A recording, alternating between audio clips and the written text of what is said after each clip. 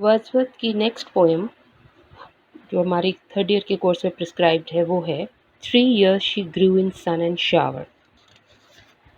Now, Wordsworth believed that man can get lessons from nature for his edification if he brings out with him a heart that watches and receives, and leaves behind his meddling intellect that murders to dissect.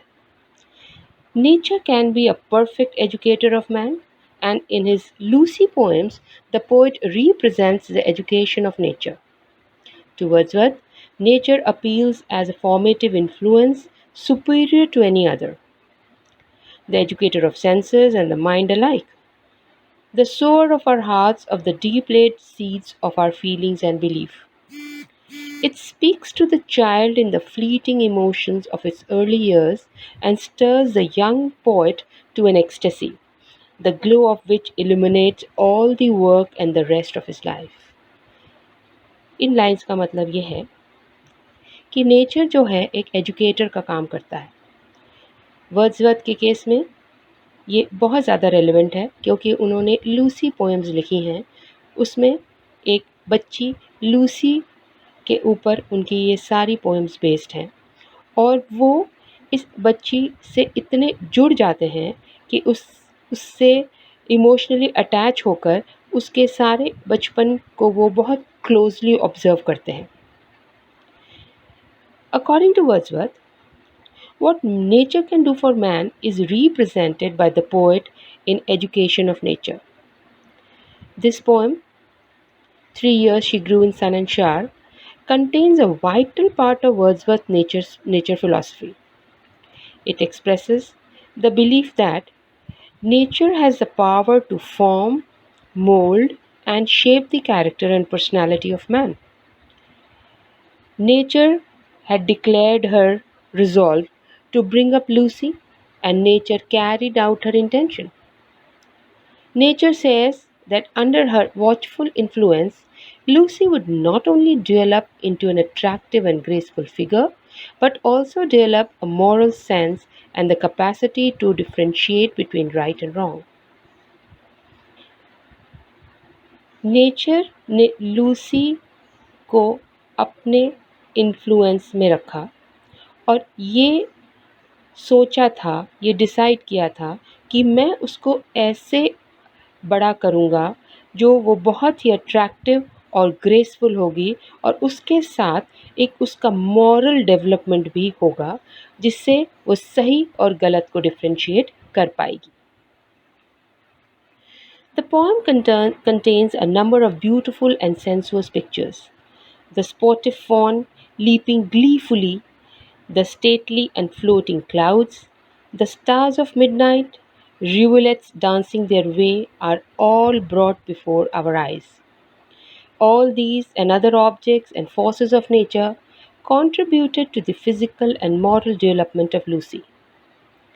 The most exquisite and delightful picture, however, is contained in the following lines: and white feelings of delight shall rear her form to stately height, her virgin bosom swell. Inverted comma close. The poem closes on a poignant note. A shock awaits us in the final stanza. The premature death of Lucy is the most tragic event. The poet feels desolate to think of her death. The very essence of tragedy is contained in the following lines. Inverted comma begin. She died and left to me this heath, this calm and quiet scene, the memory of what has been and never more will be. Inverted comma close. The poem is an exquisite lyric, one of the finest that Wordsworth wrote. It comes straight from the poet's heart and conveys an impression of intensity through simplicity. The words used are extremely simple and yet they create a powerful effect. इस कविता में बहुत ही खूबसूरत शब्दों और लाइनों का इस्तेमाल किया गया है, जैसे gleefully, floating clouds, rivulets dancing।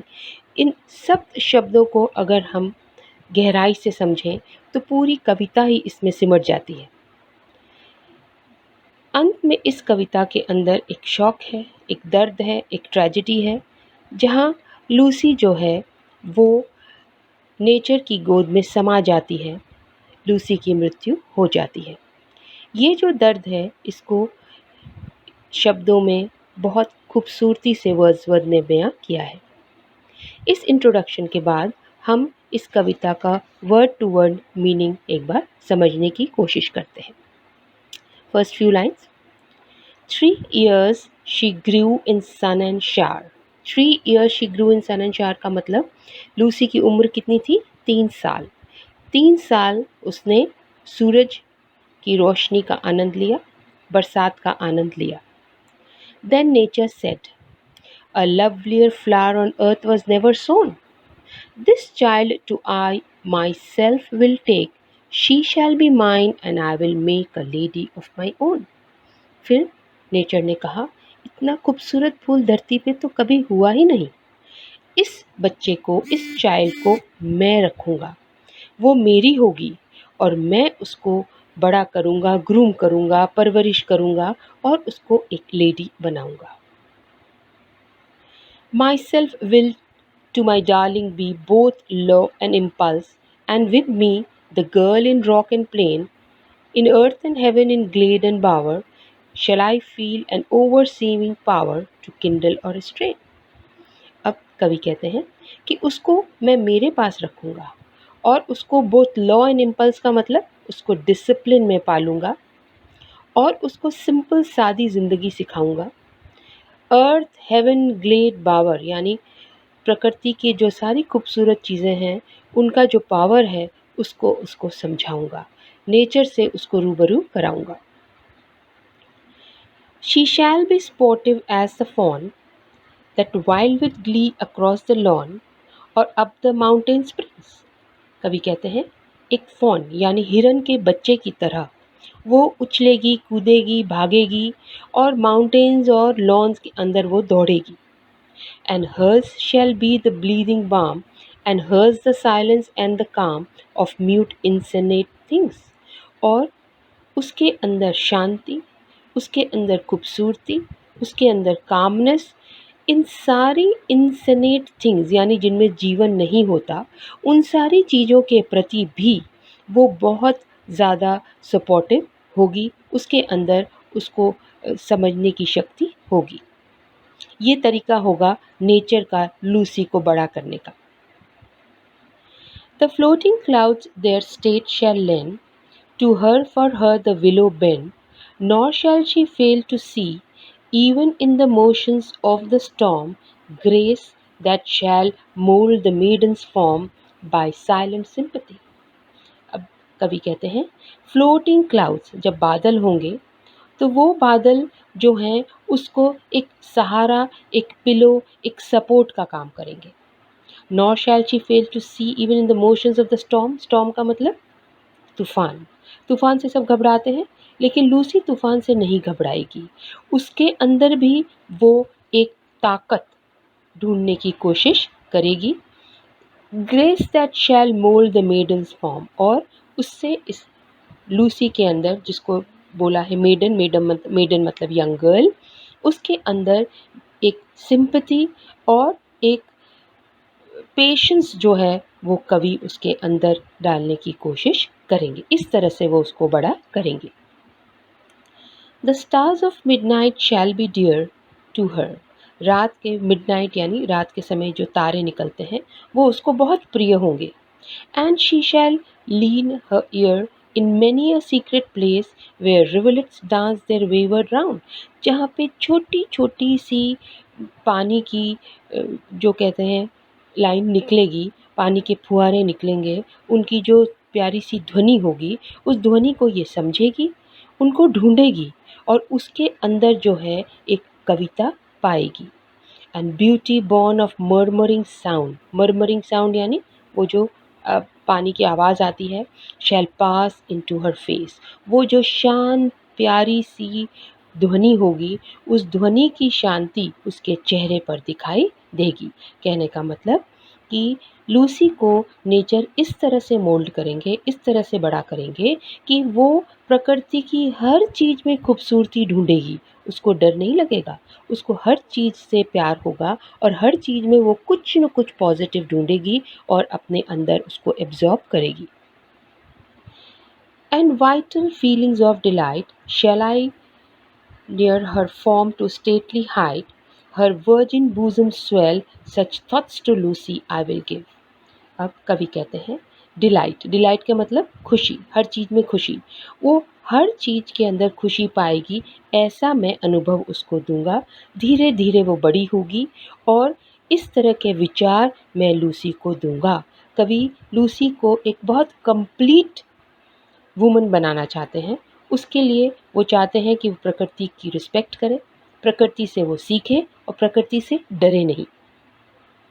While she and I together live here in this happy dell, और कवि कहते हैं कि हमेशा हम दोनों यहाँ साथ में खुशी खुशी रहेंगे। Thus nature spake. अब नेचर ने क्या बोला? The work was done. How soon my Lucy's race was run. Nature बोले ये क्या हुआ, मैंने तो मेरा काम भी पूरा नहीं किया था और लूसी कहाँ गई? शी डाइड, यानी लूसी की मृत्यु हो गई। And left to me this heath, this calm and quiet scene. Lucy के जाने के बाद सब कुछ वैसा का वैसा रह गया, calm, quiet, serene, the memory of what has been and never more will be. और ये रियलाइज़ किया कि वो अब एक मेमोरी में है, यानी अब वो सिर्फ आपके यादों में है और अब वो कभी भी सामने नहीं होगी। यानी कभी कभी हम बहुत कुछ करना चाहते हैं लेकिन वो हमारे बस में नहीं होता। इन लूसी पोएम्स के माध्यम से विलियम वर्ड्सवर्थ ये बताना चाहते हैं कि शुरू से ही प्रकृति का प्यार होना चाहिए, प्रकृति से सीखना चाहिए, क्योंकि हमको नेचर हमेशा कुछ ना कुछ सिखाता है। लेकिन लूसी जो उनके इमेजिनेशन में थी उसके लिए उन्होंने कुछ सोचा था, लेकिन लूसी की मृत्यु के कारण वो पूरा नहीं हो पाया। इसके लिए कवि बहुत ज़्यादा उदास और sad.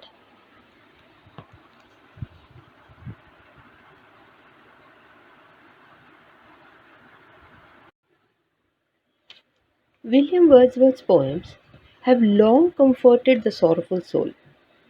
His tone is not that of the typical tortured soul poet, yet he was not without immense suffering. His ability to infuse comfort into his pain through his poetry has offered peace and understanding to people for generations. Wordsworth experienced some of the deepest pain any human being has ever known: the loss of a child. Like in his poem 3 Years She Grew in Sun and Shower, he writes about Lucy, the character who represents his daughter Catherine. She died at the age of 3 in the year 1812. She was a child that was known for making those around her laugh, and her condition was referred to as convulsions. It is assumed that she suffered and died from polio. Wordsworth grieves, but not beyond hope. He writes this poem about Lucy. Perhaps it was too painful to use Catherine's name, but 3 years she grew in sun and shower quickly reveals that it is Catherine whom Wordsworth thinks about while writing this piece.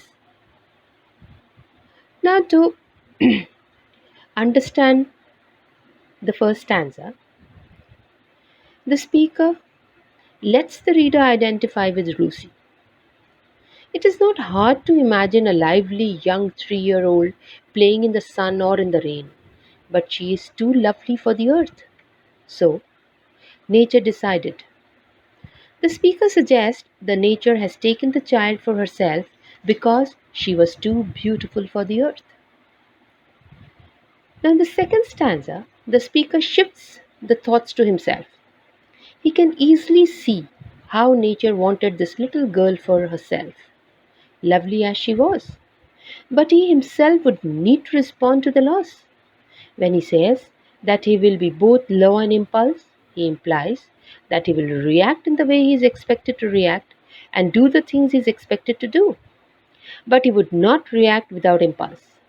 He would give way to his feelings and allow grief to have its way in his heart.